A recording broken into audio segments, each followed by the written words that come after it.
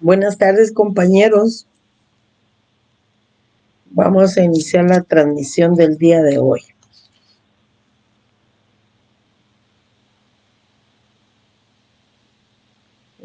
Ya salieron de su clase de civil, de penal, sería. Perdón por estar viendo aquí el chat de civil. Voy a darles un minutito para que se conecten, por favor, y entonces empiezo a explicarles una sección.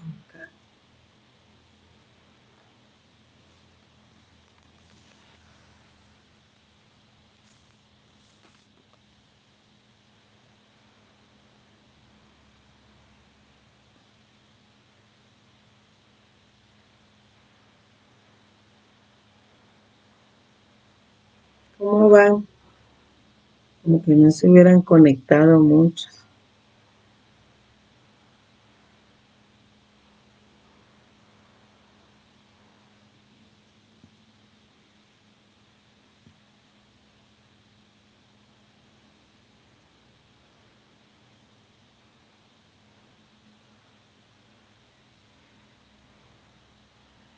Bueno, voy a iniciar la transmisión.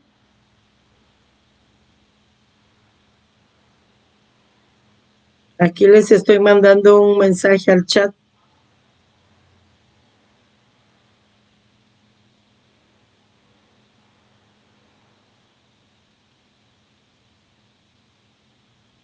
¿Ya? Es que voy a ver si tenemos... Perdonen. Ahorita sí ya pueden enviar mensajes al chat. Ya cambié la configuración. Ok.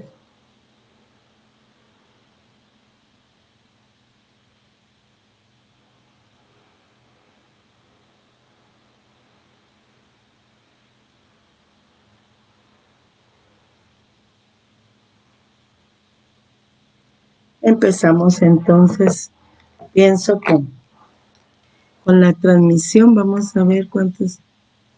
Vamos a empezar hoy. Nadie se está... Vamos a empezar, empieza que...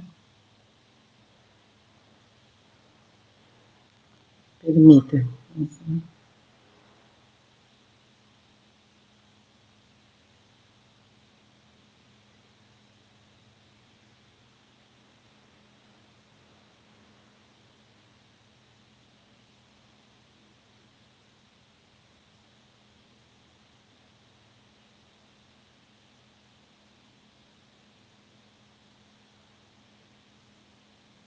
Bueno.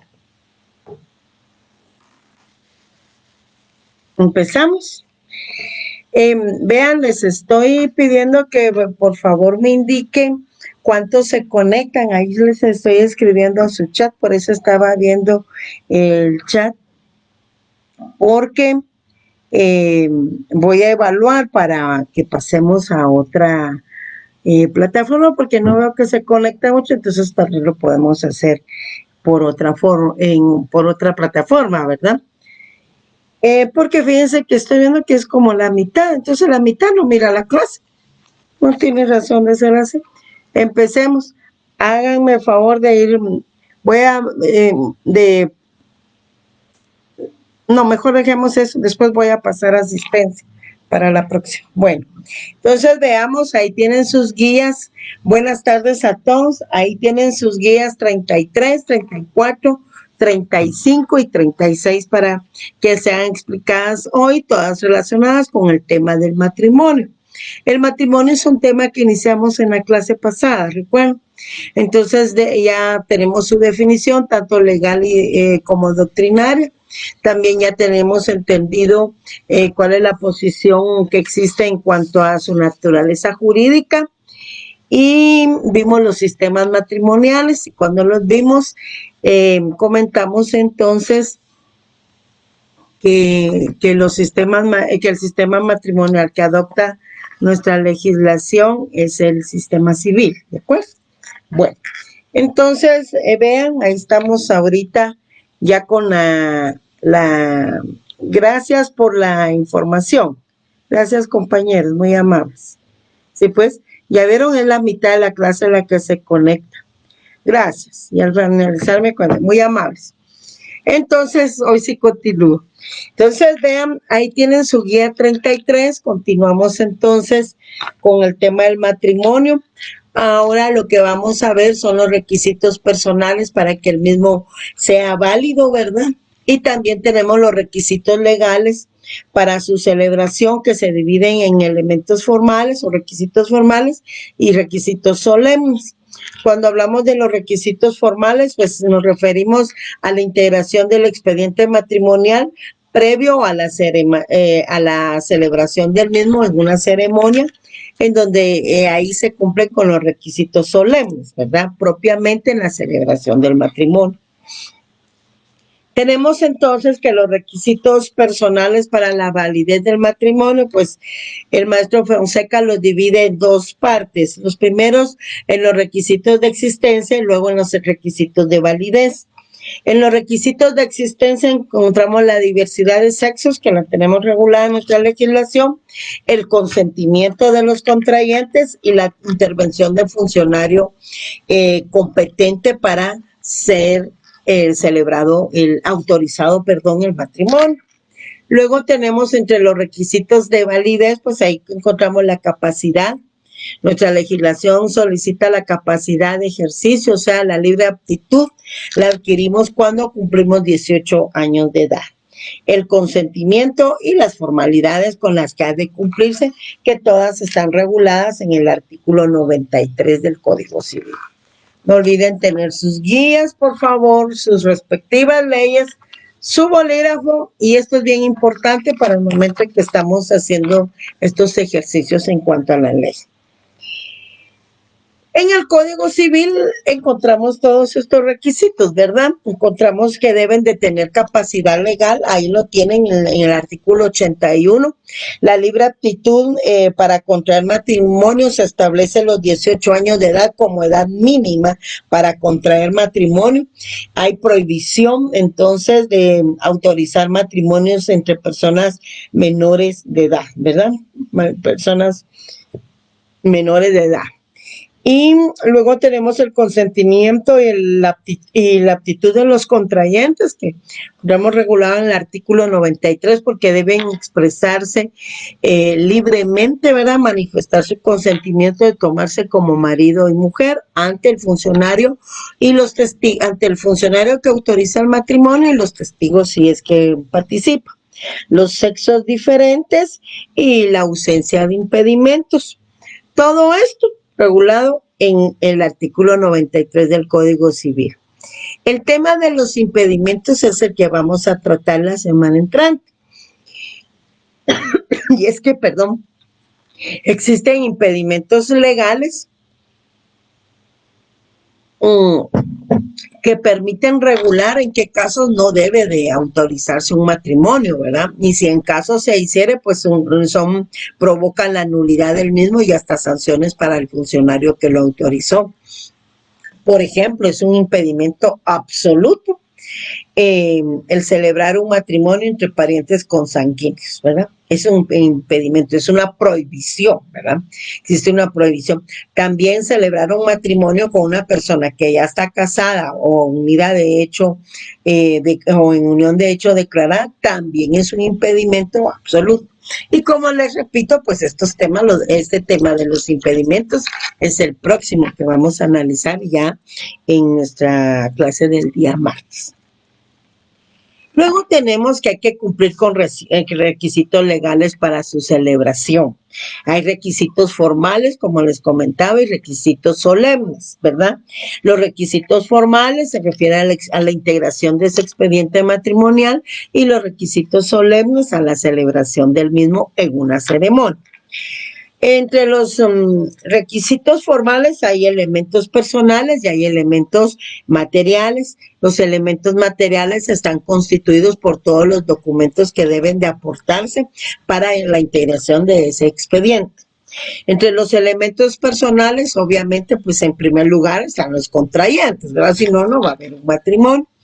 Luego tenemos al funcionario autorizante que de acuerdo a nuestra Constitución Política de la República de Guatemala, según el artículo 49, pues obviamente pueden ser los notarios, los alcaldes municipales, los notarios en ejercicio, el alcalde municipal, los concejales municipales y el ministro de culto que esté debidamente autorizado. Y los testigos si fueren necesarios. Ahí lo tienen también regulado en su artículo 99 del Código Civil. Ahorita solo estamos con el Código Civil. Luego, entre los elementos materiales que incluyen todos los documentos que deben ser aportados, ¿verdad? Y presentados para la deben ser presentados previo a la autorización del matrimonio, porque el funcionario debe de cerciorarse si cumple con los requisitos estos formales y legales para la celebración. Pues en primer lugar, se recuerdan ustedes que el estado civil de las personas, ¿cuáles son sus medios de comprobación? Eso lo vimos en el estado civil. Pues las certificaciones que extiende el registro civil de las personas.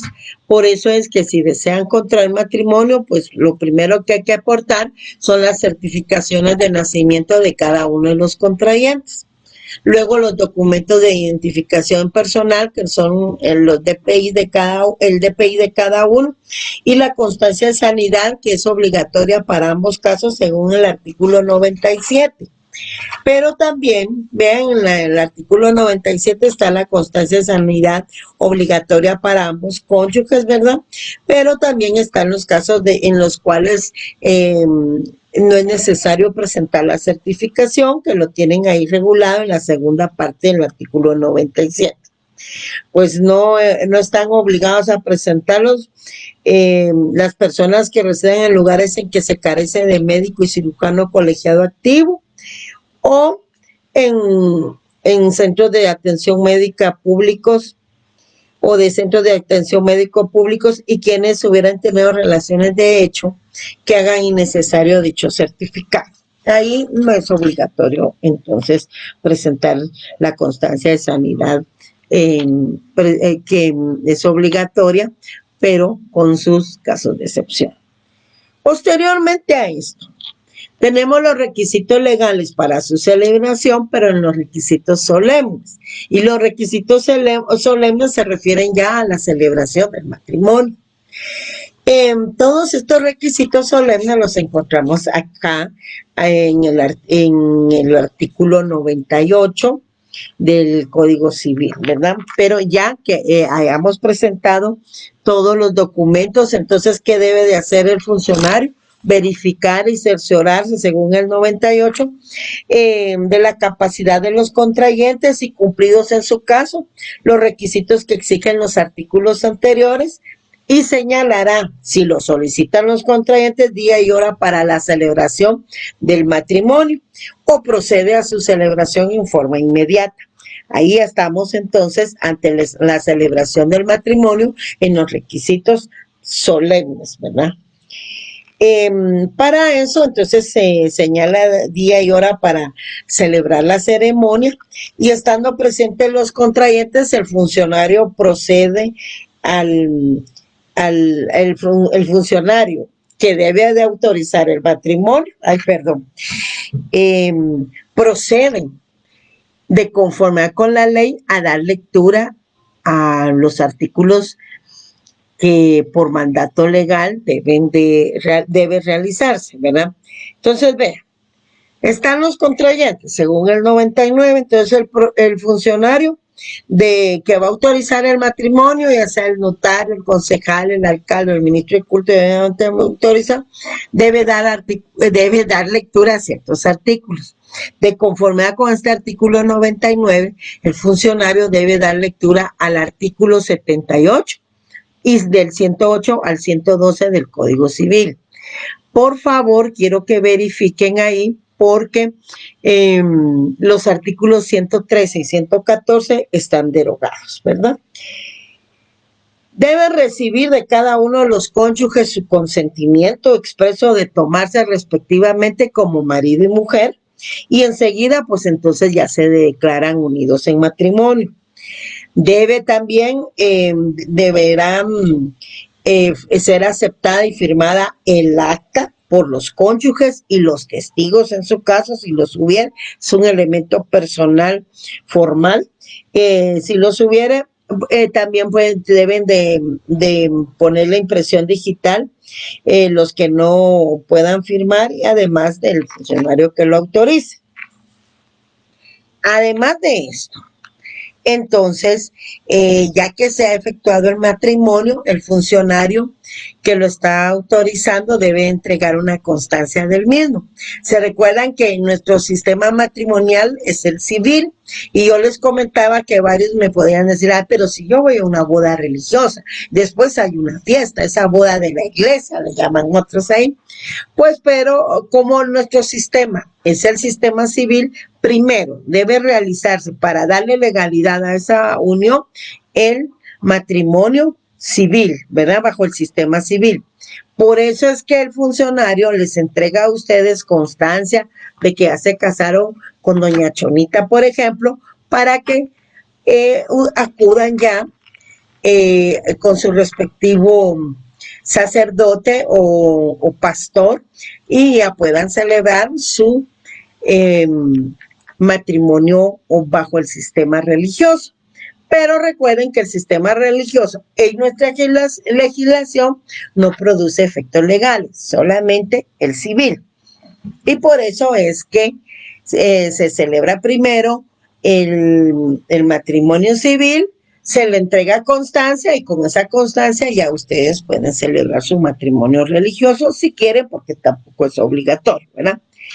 Ya que se han entregado el acta, la han firmado, las han aceptado, etcétera, y si es en caso de notario, pues es un acta notarial que debe de ser protocolizada de conformidad con la ley.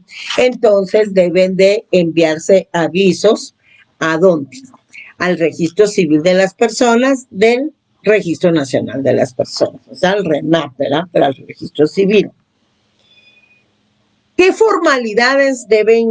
¿Con qué formalidades deben cumplirse en los matrimonios? Y les repetía que el artículo 93 del Código Civil, un artículo bastante completo, ¿verdad? Que lo vamos enlazando o lo vamos integrando con los artículos 98, 99 y 100 del Código Civil.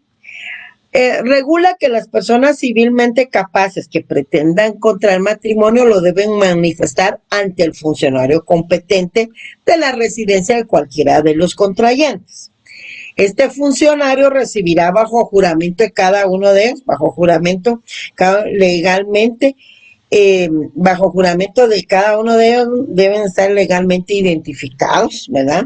Por eso se les solicita sus documentos personales de identificación.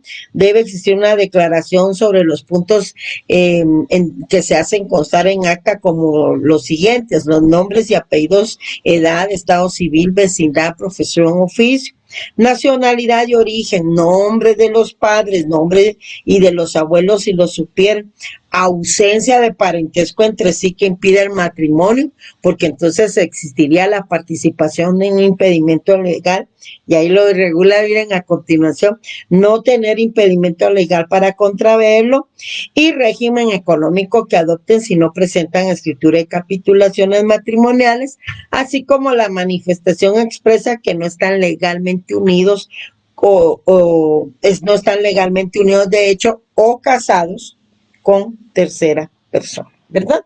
Entonces, ese artículo 93, mire, ahí están todas las formalidades que deben de hacerse constar en el acta respectiva. Como estamos hablando del notario, porque ustedes se van a graduar de licenciados en ciencias jurídicas y sociales, abogados y notarios, entonces hago referencia al acta notarial.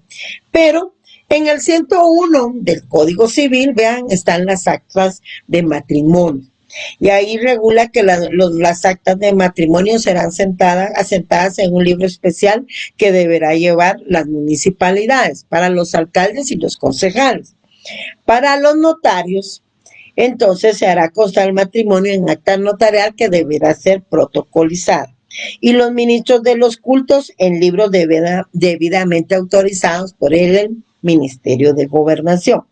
Ahora bien, hemos visto que dentro de los requisitos legales están los requisitos solemnes y dentro de estos requisitos solemnes está la lectura obligatoria de los artículos 78, 108 al 112 del Código Civil y que esto mismo también que lo encontramos aquí regulados en el artículo 99, ceremonia de la celebración, en el artículo 99 del Código Civil, ¿verdad? 99 y 93, miren, fundamentales. Ahora, ¿cuál es el objeto? Pues en el artículo, la ley nos está indicando que el funcionario que autorice ese matrimonio debe dar lectura obligatoria al artículo 78 del Código Civil, obviamente porque ahí describe qué es el matrimonio desde su naturaleza jurídica, como lo vimos en la clase pasada, los fines del matrimonio también. Luego tenemos que el matrimonio, no olvidemos que se funda en la igualdad de derechos y obligaciones de ambos cónyuges y en su celebración deben cumplirse, dice, todos los requisitos y en entonces son todos los requisitos que acabamos de leer, ¿verdad? Todos los requisitos. Ok. Entonces ahí lo tenemos en el artículo 79. Ahora bien, hemos visto que el artículo 99 del Código Civil ordena la lectura en la ceremonia de los artículos del 78 y del 108 al 112. ¿Por qué hay que leer el del 108 al 112? Ya leímos el 78 porque ahí nos define qué es el matrimonio, su naturaleza jurídica y los fines del mismo, ¿verdad? Pero del 108 al 112, por favor, me lo van chequeando porque aquí hay unos artículos derogados. En el párrafo cuarto encontramos los deberes y derechos que nacen del matrimonio.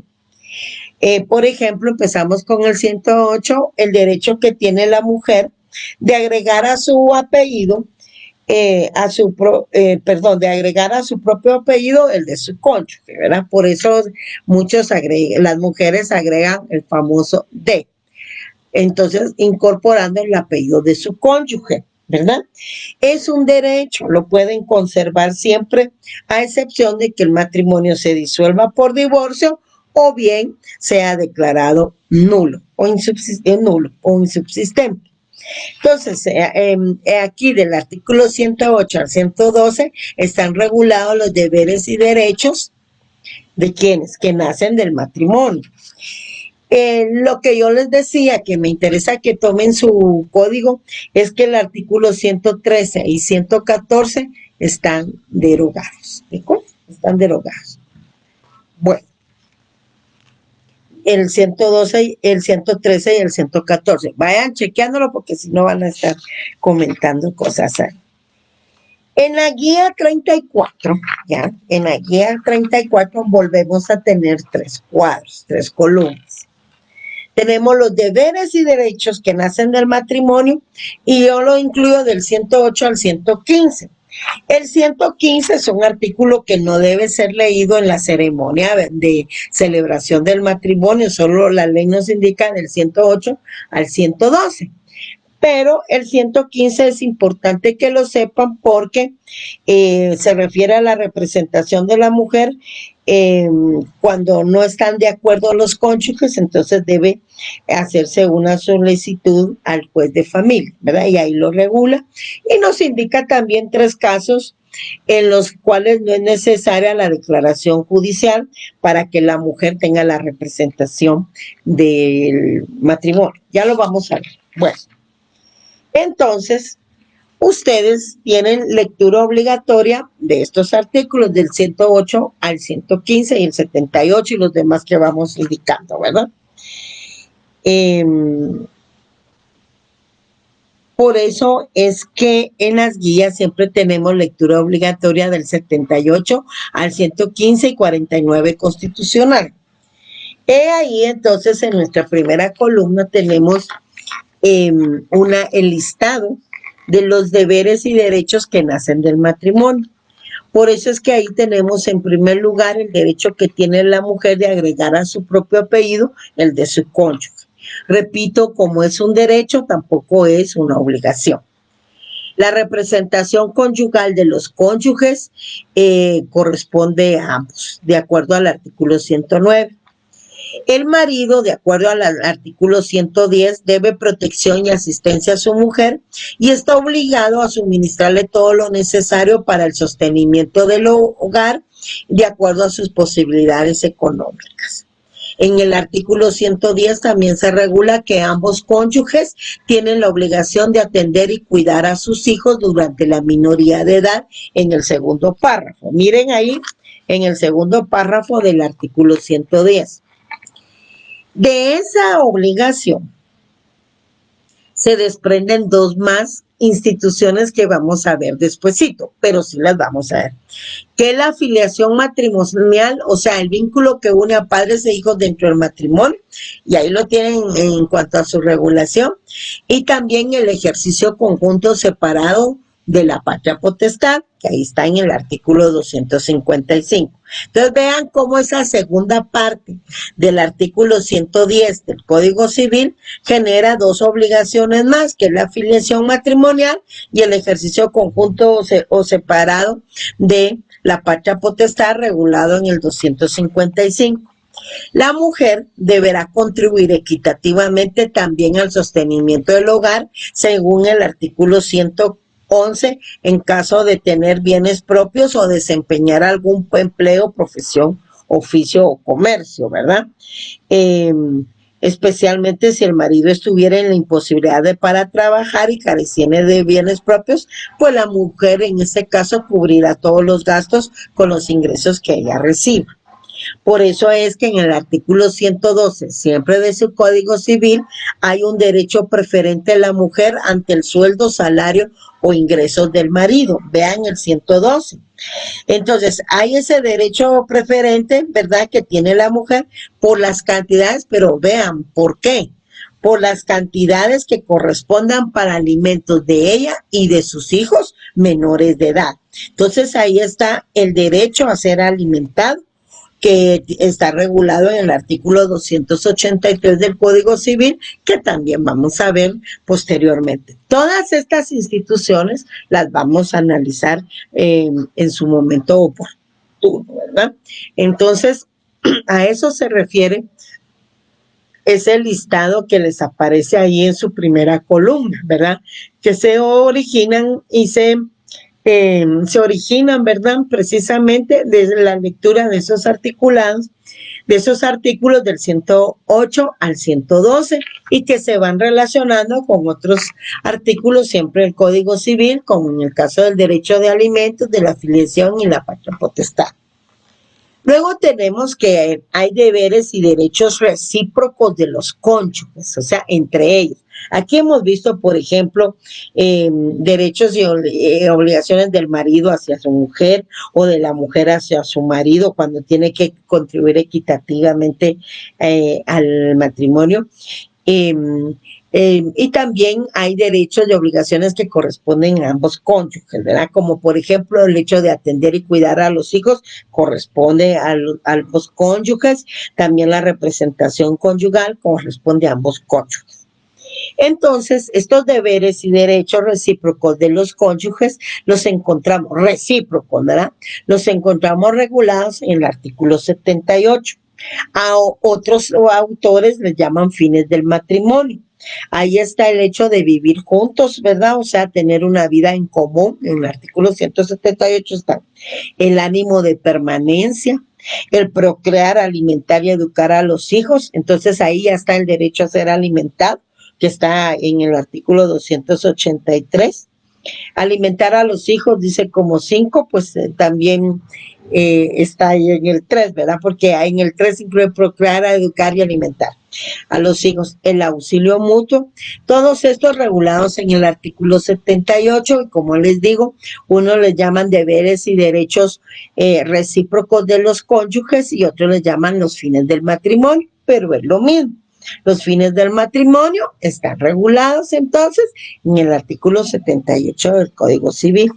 Y hay otro que está regulado en el artículo 155, numeral primero, que se refiere a la infidelidad de los cónyuges, porque es causal para obtener la separación o el divorcio. O sea que es obligación entre ellos, en recíproca, la fidelidad, ¿verdad?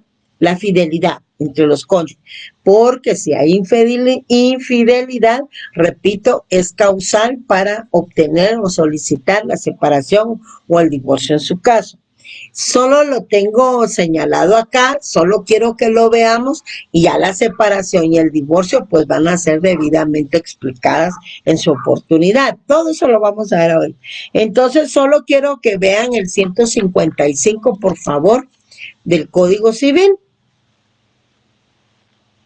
Qué calor hace, chicos. 155, miren, del Código Civil. Están reguladas las causas comunes para obtener la separación y el divorcio. Y una de las causas es precisamente la infidelidad de cualquiera de los cónyuges. Por eso es una obligación recíproca la fidelidad, porque la infidelidad ya es causal para obtener el divorcio, ¿verdad? También no debemos olvidar que a través del matrimonio, como efecto personal, también se origina el parentesco por afinidad, ¿verdad? Y porque ese parentesco por afinidad nace del matrimonio, une a los cónyuges que no forman grado con sus respectivos parientes consanguíneos, ¿verdad? Y también se va a originar un parentesco por consanguinidad, por ejemplo, de padres a hijos, hay un parentesco por consanguinidad. Pero el que nace propiamente el matrimonio es el 190. Quiero que veamos el artículo 190 del Código Civil, que también pues va a ser explicado, por eso no se me atormenten, en su oportunidad van a ser explicados los parentescos. En el 190 está regulado que la ley reconoce el parentesco por consanguinidad dentro del cuarto grado y el de afinidad dentro del segundo grado, pero los cónyuges son parientes pero no forman grado. En el artículo 192 tenemos el parentesco por afinidad, miren, y ahí entonces tenemos que es el vínculo que une a un cónyuge con el otro y sus respectivos parientes consanguíneos. Por eso es que tienen un cuñado, una cuñada y tienen una suegra o un suegro. Bueno, ahí lo vamos a ver. Les comentaba entonces que esos deberes y derechos recíprocos entre los cónyuges también recibe el nombre de fines del matrimonio y que están ahí la mayoría en el artículo 78 del Código Civil, pero también está el que acabamos de leer en el artículo 155, porque la infidelidad de cualquiera de los cónyuges, dice, es causal para obtener la separación o el divorcio, y como finalmente les expliqué en esta parte, también se origina el parentesco de carácter, por afinidad, porque los cónyuges son parientes, pero no forman grado, y el parentesco por afinidad es aceptado hasta el segundo grado. Luego tenemos que el matrimonio pues produce efectos, obviamente. Efectos personales, que son todos los que acabamos de mencionar, derechos y obligaciones recíprocos de los cónyuges, derechos y obligaciones del esposo y de la esposa, respectivamente. Y hay también efectos patrimoniales que se refieren ya específicamente al tema de los bienes, al tema económico. Por eso es que en el tema del matrimonio, como efecto patrimonial, tenemos los famosos regímenes económicos del matrimonio y las capitulaciones matrimoniales, que también van a ser explicadas, pero básicamente con los sistemas, con los diferentes regímenes económicos del matrimonio, entonces se van a establecer básicamente la forma en que han de dividirse los bienes en caso de una disolución del mismo. Hay bienes que sirven para el uso exclusivo de la casa, que es lo que vamos a conocer como homenaje de casa. Y de acuerdo al artículo 129, el menaje de casa corresponde exclusivamente a la mujer. En el 125, pues está el derecho irrenunciable que tienen de alterar sus capitulaciones o de modificar sus sistemas económicos del matrimonio o el régimen económico. Y también los cónyuges, como están casados, tienen derecho a la sucesión intestada del otro. Eso lo encontramos regulado en el artículo 1078. La sucesión intestada es la que procede cuando no existe testamento. ¿De acuerdo? También lo vamos a ver, pero eso sí en la segunda parte, en el curso de Derecho Civil 2. ¿No? Acá, ¿no? Pero el cónyuge es heredero legal del otro cónyuge, ¿verdad? Del que fallece. Es heredero legal cuando existe matrimonio. Bueno, artículo 1078. En la guía 35 tenemos entonces las clases de matrimonio. Hay bulla en esa construcción, compañeros. Ojalá que no se les esté transmitiendo.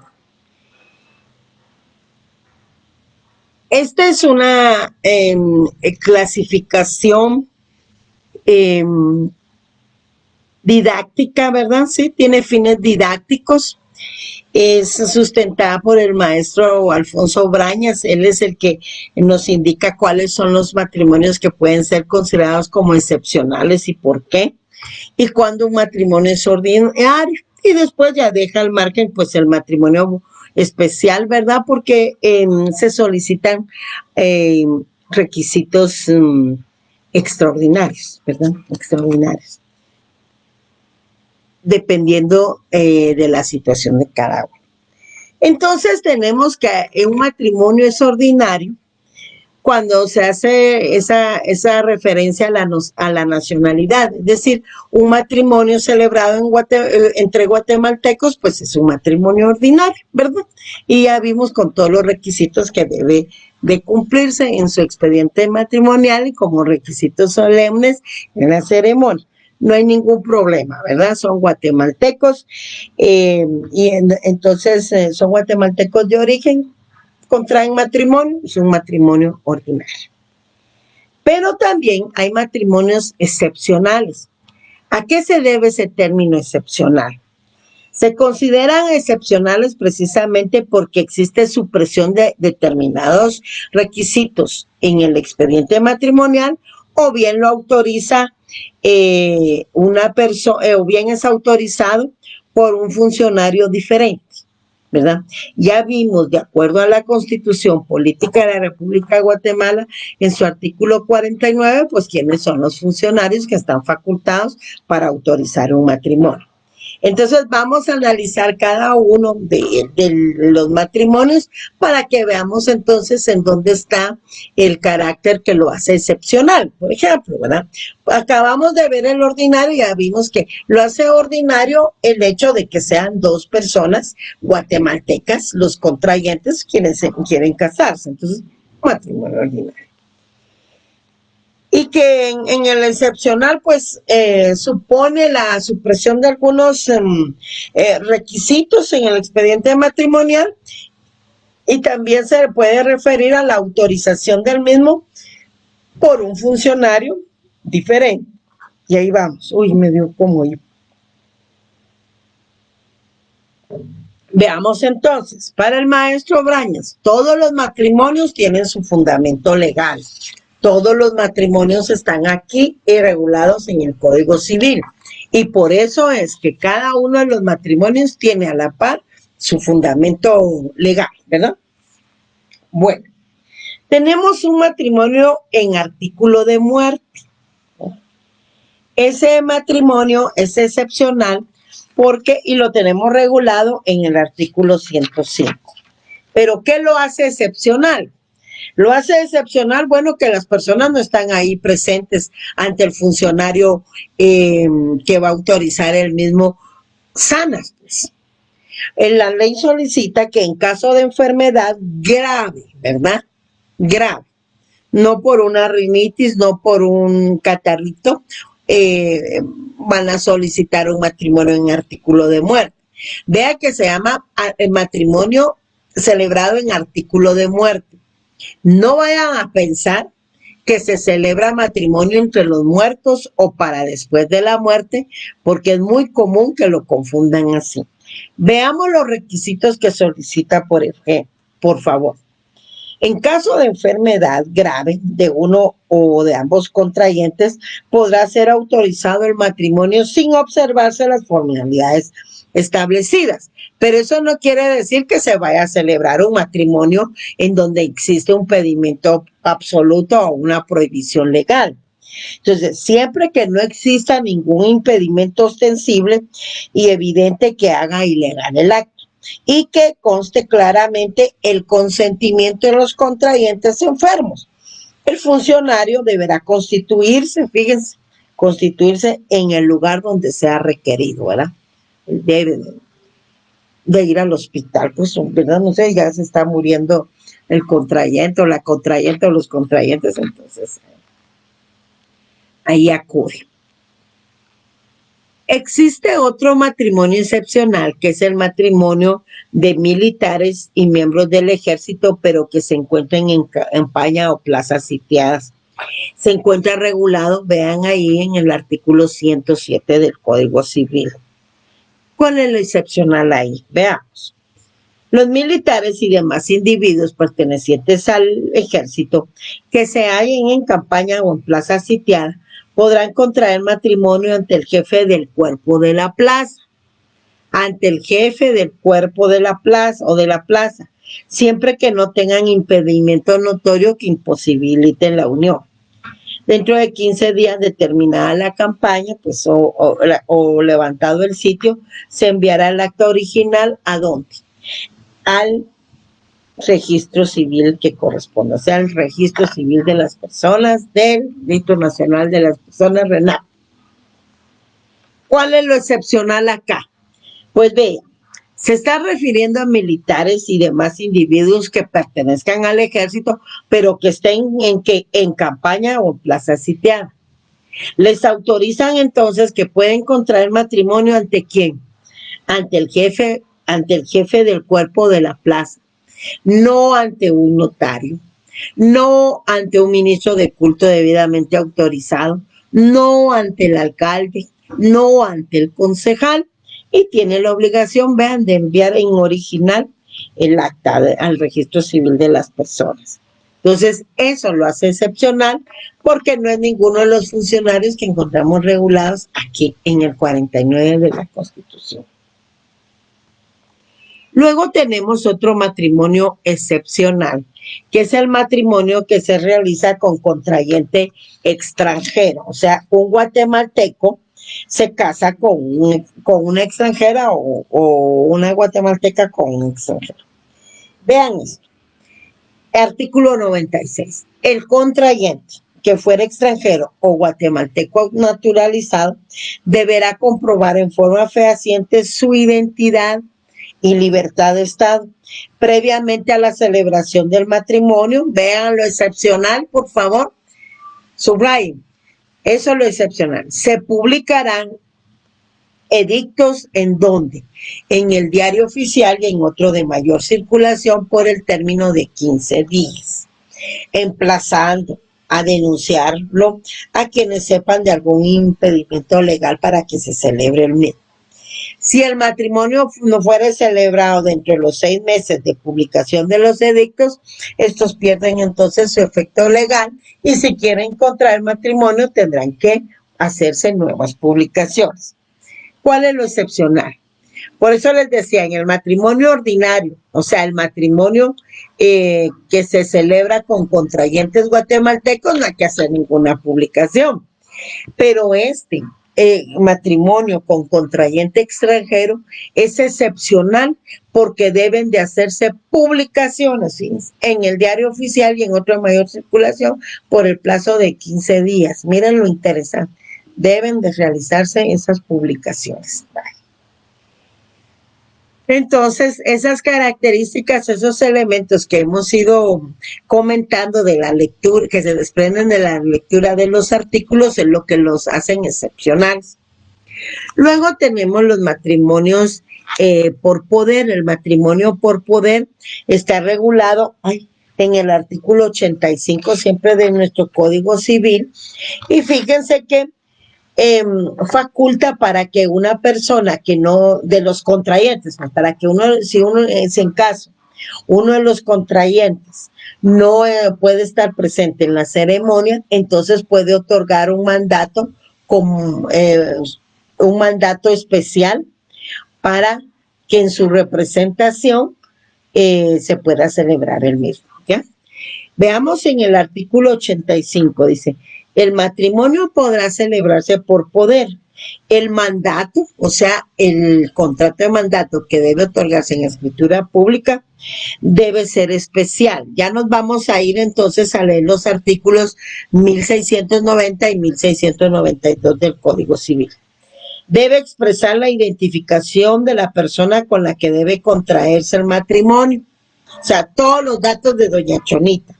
Y contener declaración jurada acerca de las cuestiones que menciona el artículo 93, ¿verdad? No, que no existen parentesco entre ellos, que no existe impedimento legal, todos sus datos de identificación, ¿verdad? Deben de hacerse constar de acuerdo al 93. La revocatoria del poder no surtirá efecto si fuera notificada legalmente al mandatario cuando el matrimonio ya estuviera celebrado.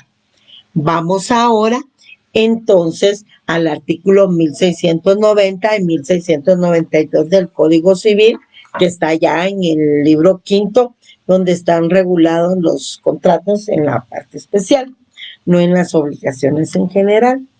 1690 y 1692.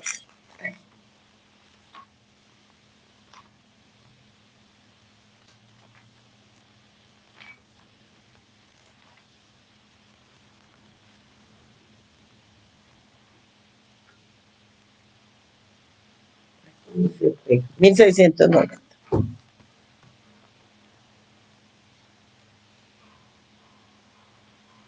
En el artículo 1690 nos indica en qué forma debe de ser puede ser el mandato. Dice que es general o es especial, y que el general comprende todos los negocios del podernante y en especial se contrae a uno o más o asuntos determinados.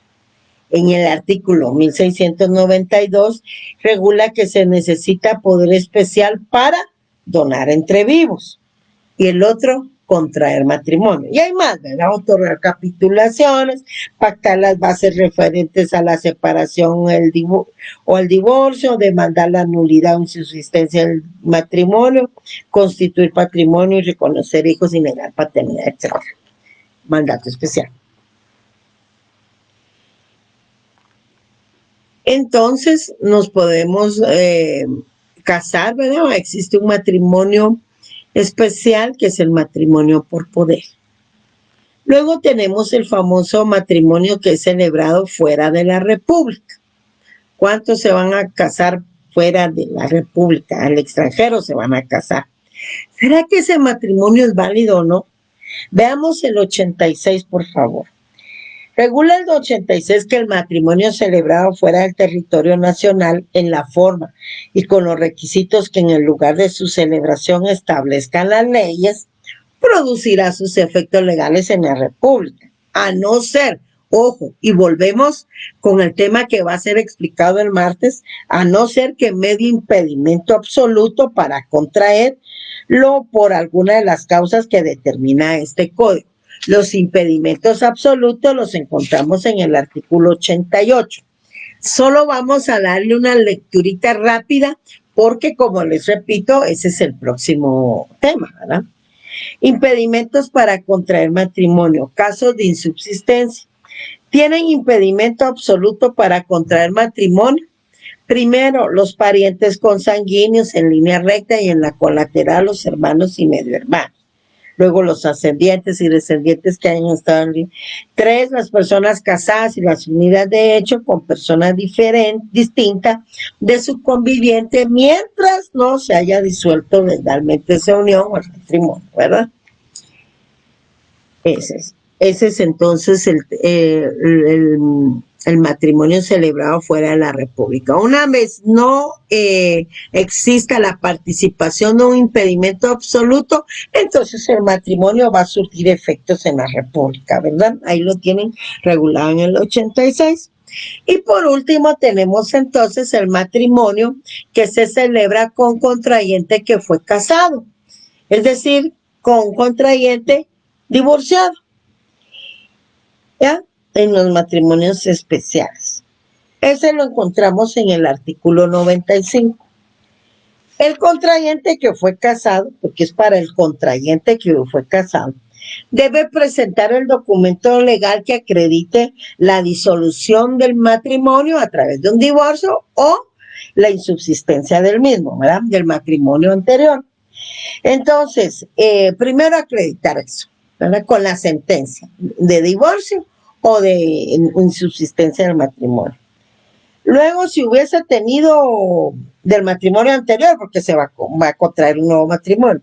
Luego, si hubiera tenido hijos, entonces debe comprobar que está garantizada la obligación de alimentarlos. Y si tuviera bienes menores bajo su administración, debe de presentar el inventario respectivo.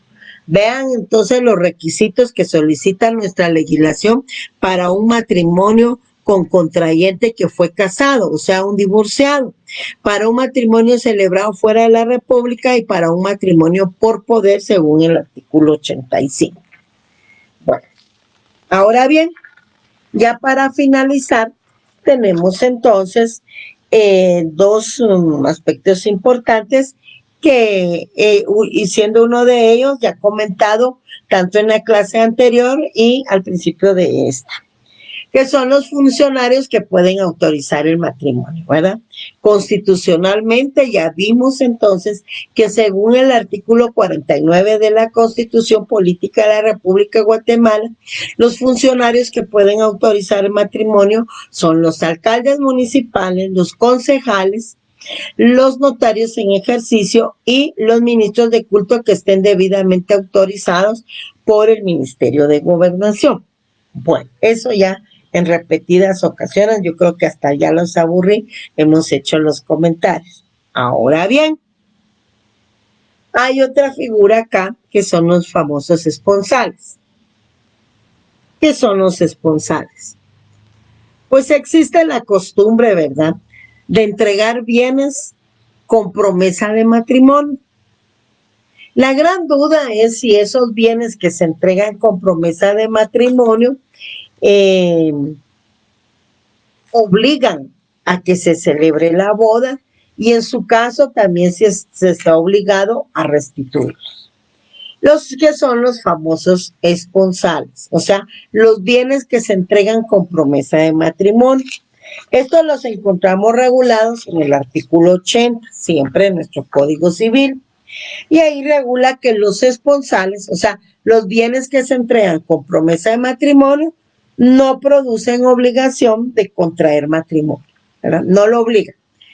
Sí tienen el símbolo ahí que indica que van a contraer matrimonio, pero no lo obligan. Pero dan lugar a demandar, ¿verdad?, la restitución de las cosas donadas y entregadas con promesa de un matrimonio que no se efectuó. Tienen ahí su anillo de compromiso, pero es una promesa de matrimonio, ¿verdad? Pero no lo obliga, miren pues, no las obliga a contraer matrimonio. Sin embargo, sí dan lugar a demandar la restitución de los bienes y entonces pueden ser devueltos, ¿ya? Entregados. Tienen que entregarse los bienes entregados con promesa de matrimonio. Ay, perdone, pero es en la calle, miren ustedes. Bueno, y entonces no olviden, repito, que como ahí tienen una columna que se refiere a los funcionarios que autorizan el matrimonio, no olviden que es el sistema matrimonial civil el que adopta nuestra legislación. Por favor, ahí me mandan la fotita de cuántos se conectaron, o el informe, o lo que sea. Creo que ese chat sí lo tengo abierto,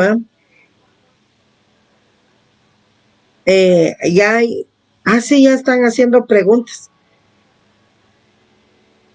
Ya están haciendo preguntas, entonces ahí voy, dijo acá, porque las preguntas se recuerdan que es eso. Bueno, entonces ahora responder las preguntas. Tengo una aquí.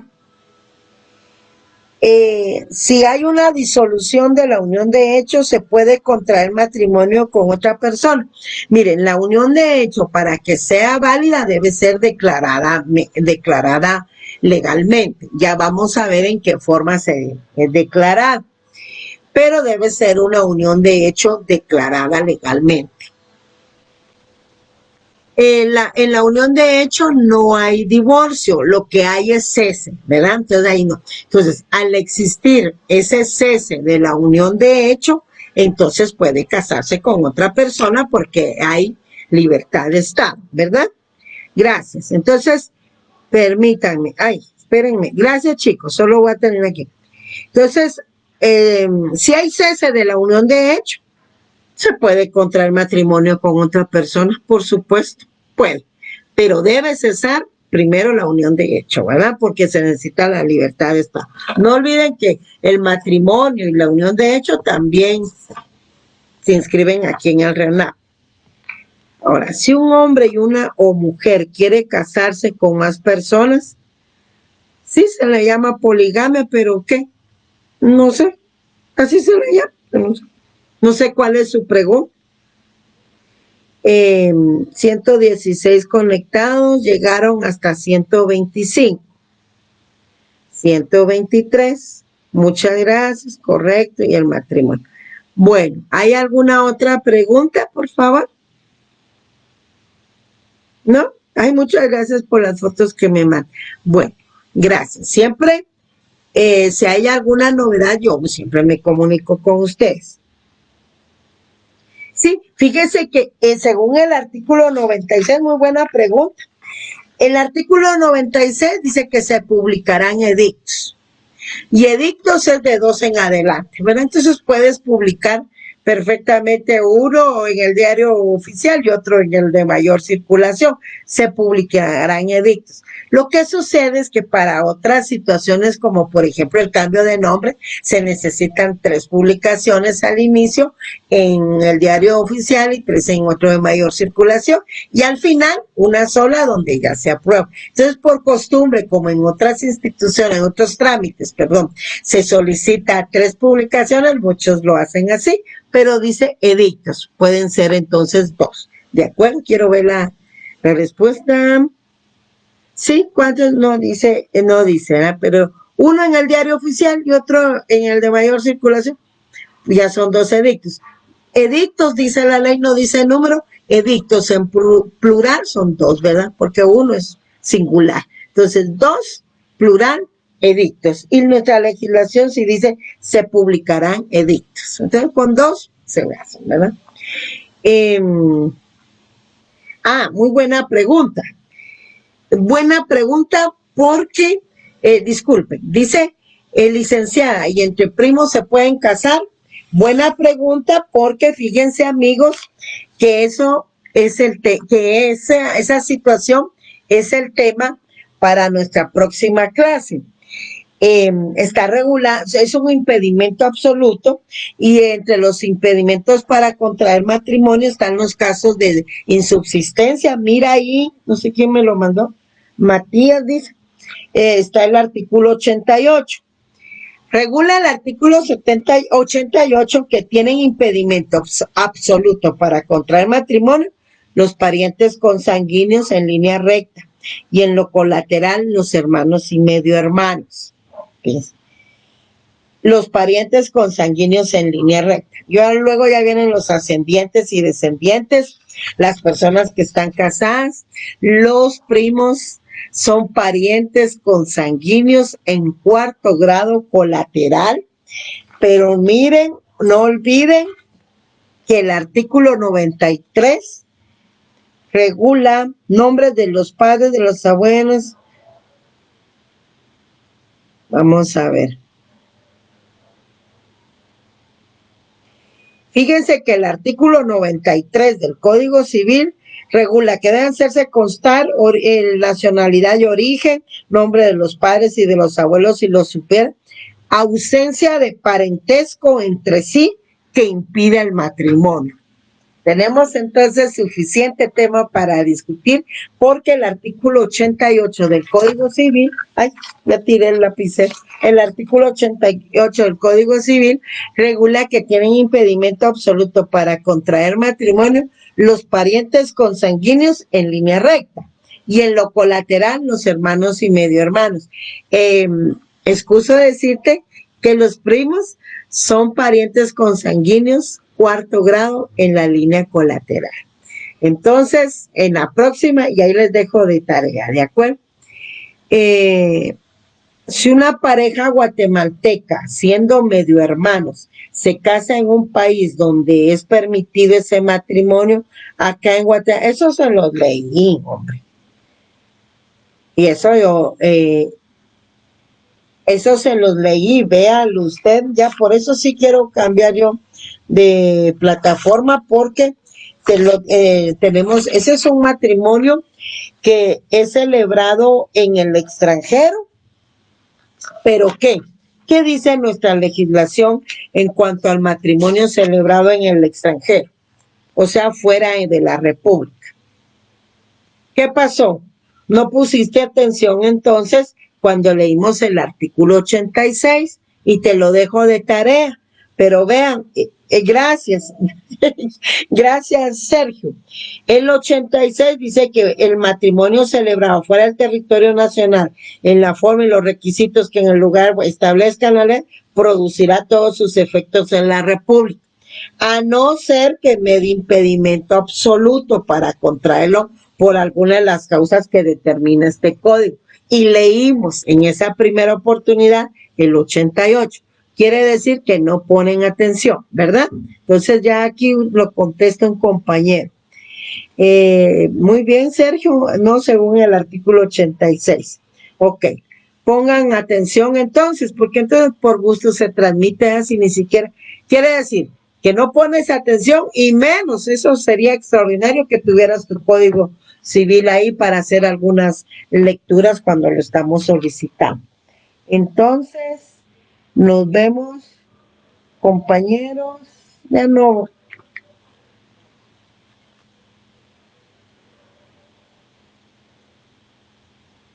Y sigue todavía con el error, o sea, no pone atención y se la lleva de gracioso o de gracioso. Solo que formulé mal mi pregunta, me refería a si ellos quisieran venir a casarse aquí otra vez. No estamos viendo el tema del 88, pues, o sea que todavía le da risa, porque aquí manda la carita, le da risa que no pone atención. Entonces pongan atención, pasen feliz tarde. Nos vemos el martes entonces a la hora de clase. Muchas gracias.